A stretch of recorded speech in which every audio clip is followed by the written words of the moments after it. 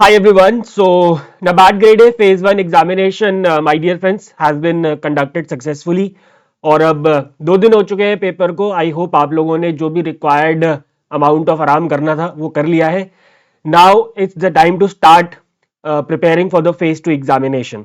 ठीक है, but before starting the preparation, of course you need a timetable, you need a strategy. So here I am, in this particular video I am going to provide you a comprehensive and detailed 30 days timetable which you can use to prepare for the phase 2 examination of NABARD grade A. ठीक है, बहुत simple सा time table है. मैं आपको एक बार explain कर देता हूं, then you guys can download the PDF with the link given in the description. ठीक है, चलिए मैं एक्सप्लेन कर देता हूं एक बारी. तो देखो, एक चीज है कि नाबार्ड के फेज 2 की प्रिपरेशन में बहुत ज्यादा मेहनत या बहुत ज्यादा, जैसे आरबीआई में क्या होता है कि फेज 1 और फेज 2 का सिलेबस ऑल टुगेदर डिफरेंट है, करंट अफेयर्स कॉमन होता है. यहाँ पे क्या है कि फेज 1 और फेज 2 का सिलेबस ऑलमोस्ट सेम है, बस वहां पे इंग्लिश डिस्क्रिप्टिव एक्स्ट्रा है फेज 2 में. बाकी ईएसआई और एआरडी तो बिल्कुल ही सेम है जो आपने फेज 1 के लिए पढ़ा होगा. तो ये जो टाइम टेबल है, it has been designed in a way that you guys give more focus on revising the current affairs and attempting the mock test rather than wasting a lot of time in reading the ARD theory again and again. ठीक है, जिन लोगों ने ARD theory बहुत अच्छे से नहीं पढ़ी थी तो वो फिर से अभी पढ़ लेंगे, मैंने अप्रोप्रिएट टाइम दे रखा है. तो चलिए स्टार्ट करते हैं. सबसे पहले if I talk about the broad time table, तो 30 डेज है starting from tomorrow. Let's say हम कल से स्टार्ट करेंगे 23 दिसंबर से और 23 जनवरी तक पढ़ेंगे हम. एंड 25 को तो आपका पेपर ही है, 24 को हम नहीं पढ़ेंगे. ठीक है, 25 January is your exam. So अगले आने वाले 10 दिनों में you will be completing ARD and current affairs और मॉक्स तो चलता रहेगा. Again your day will be divided into 2 parts, morning and evening. Morning में you will be completing in the next 10 days ARD and evening में you will be doing the current affairs and mock test. Current affairs में क्या करना है मैं बताऊंगा, don't worry. उसके अगले 10 दिन में इन the next 10 days you will be covering ESI and schemes. Schemes, my dear friends, are really very important for phase 2 because from the last 2-3 years they have been asking descriptive questions based on the government schemes and of course the objective questions as well. So schemes बहुत ज्यादा important है आपको करनी, और schemes में भी कौन सी करनी है, कहां से करनी है, मैं सारी बताऊंगा, don't worry.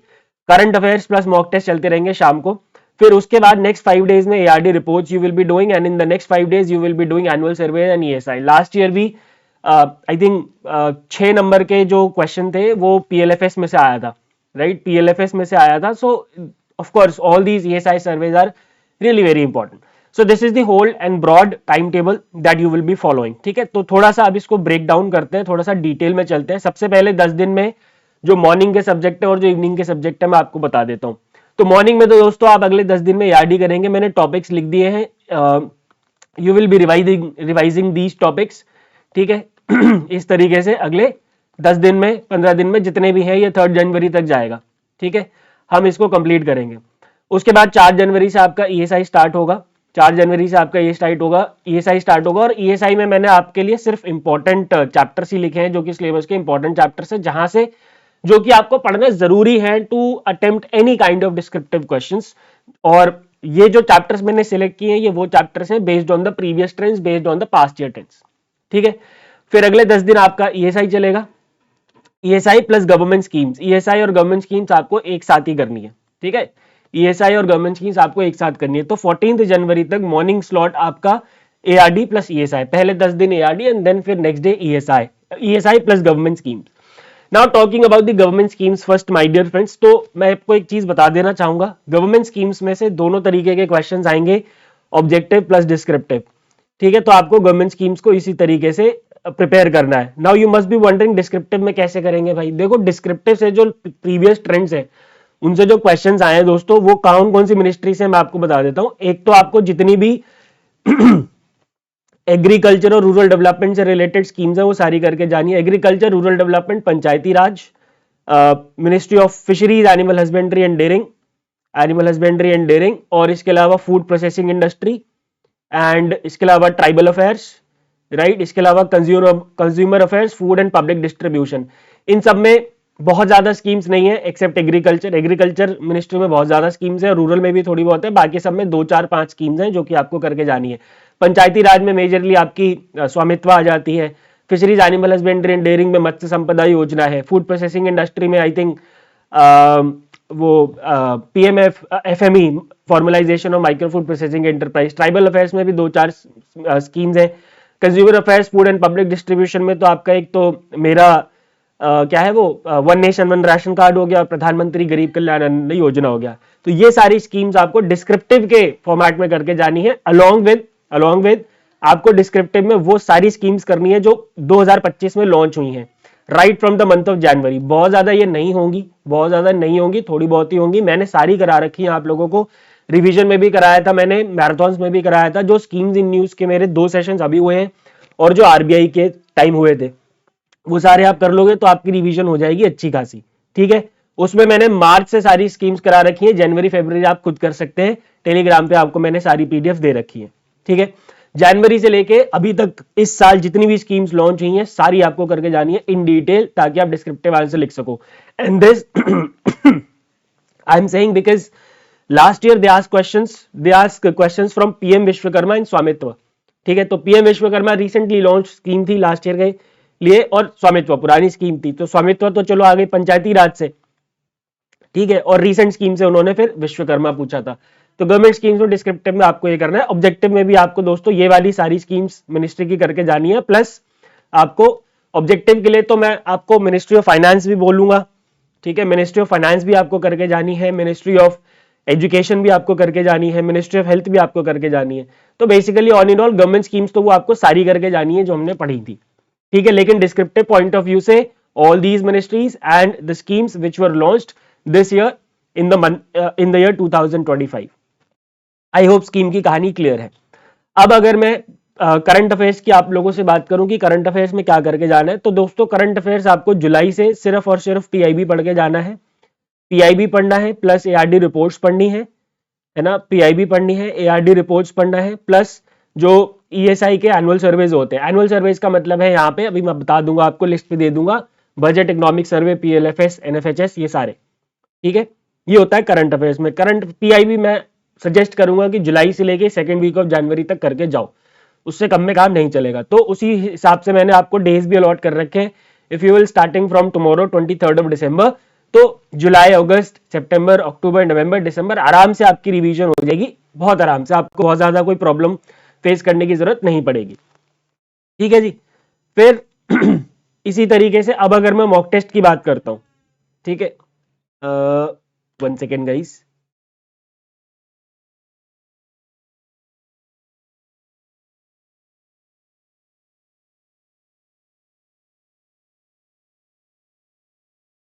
yeah, sorry for that disturbance. Now let's talk about the mock test. So mock test, my dear friends, you will be starting from tomorrow. Now why I'm saying this, because don't you think that you have already covered ARD for phase 1? phase 1 के लिए तो आपने revise करा ही, सब कुछ कर रखा है ना आपने। तो फिर चलो मैं कहता हूँ कि ईएसआई में आपको स्कीम्स रिवाइज करनी पड़ेंगी, तो ठीक है, फिर भी आपने अभी तो करी थी ना स्कीम्स रिवाइज, है ना। तो mock test we can start from tomorrow, don't worry. Every alternate day we attempt a mock test. So for example, tomorrow you will be doing first mock test of ESI ARD. Day after, not day after tomorrow, एक दिन छोड़ के you will be picking up English descriptive mock test 1। English descriptive के mock test जरूर दे के जाना। अगर मॉक टेस्ट दे के नहीं गए, so I can guarantee you that you are not going to be selected. बिना मॉक टेस्ट के कुछ नहीं होता। इसी तरीके से ऑल्टरनेट डेज पे आप देख रहे हो, ईएसआई और इंग्लिश के आपको मॉक टेस्ट करने हैं। 7 मॉक टेस्ट इस तरीके से चलेंगे, और उसके बाद एग्जाम से 3 दिन पहले, यानी कि on 20th, 21st and 22nd, right, 20th, 21st and 22nd को दोस्तों आप लोगों को ये इन 3 दिनों में आपको फुल लेंथ मॉक्स लगाने हैं। फुल लेंथ मॉक्स का मतलब ये है कि आपको दोनों पेपर एक दिन में लगाने हैं, with a gap, with no gap, ठीक है। गैप नहीं मिलता यहाँ पे नबार्ड के पेपर में, तो आपको पूरा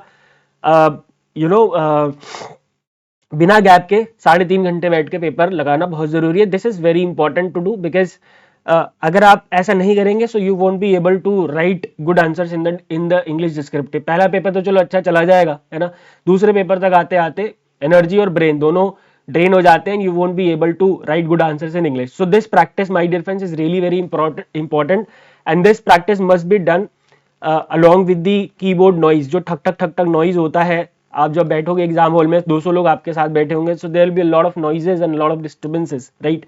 सो I would suggest you to while attempting the mock test, you can, on another device you can play this thak thak thak thak thak thak sound. You can just typing sound, you can search for typing sound on YouTube, you will find a number of videos there. ठीक है, तो ये हो गया. अब जैसे ही आपका 14 जनवरी को 14 जनवरी तक स्कीम्स और ईएसआई खत्म होगा तो आपको ईआरडी रिपोर्ट्स उठानी है, जिसमें कि आपको 6 रिपोर्ट्स करनी है.